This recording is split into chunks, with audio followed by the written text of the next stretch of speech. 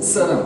احنا رجعنا من جديد، واخا خبرت ديال بصح وبزاف، ولكن ثقوا بيا الكونتنت اللي جاي ان شاء الله راه غادي يكون شي حاجه الاخر. غادي نعطيكم لاصق، غادي نعطيكم اي حاجه غادي تحتاجوها باش توليو دي زونتربرونور واعرين ان شاء الله. فين كنتي غابر؟ الصراحه كنت مشغول شويه في بزاف ديال الحوايج اللي مهمين بزاف. كاين شي حوايج منهم اللي غادي تبارطاجيو معكم من هنا لقدام ان شاء الله، واللي غادي تعرفوهم حتى نتوما، وكاين شي حوايج اللي ما نقدرش نبارطاجيهم معكم، مي راه غادي يبانوا النتائج ديالهم مع الوقت.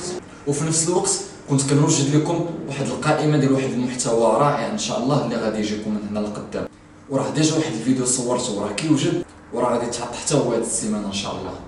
وثقوا بيا هادشي اللي جاي ان شاء الله من هنا لقدام ما غاديش يبني شخص واحد ولا جوج، وانما غادي يبني واحد الكوميونيتي كامله ديال الناس اللي ناجحين والناس اللي باغيين يحققوا داكشي اللي هما باغيين. ولا كنتي اول مره غادي تشوفني فراه معاك مهدي مليان، اونتربرونور وارتيست اللي بدا من 16 عام كيتقاتل على راسو وعلى الاهداف ديالو، ودابا داير هاد لاشين باش حتى نتوما نعاونكم انكم تحققوا الاهداف ديالكم وتوصلوا لهداكشي اللي باغيين ان شاء الله.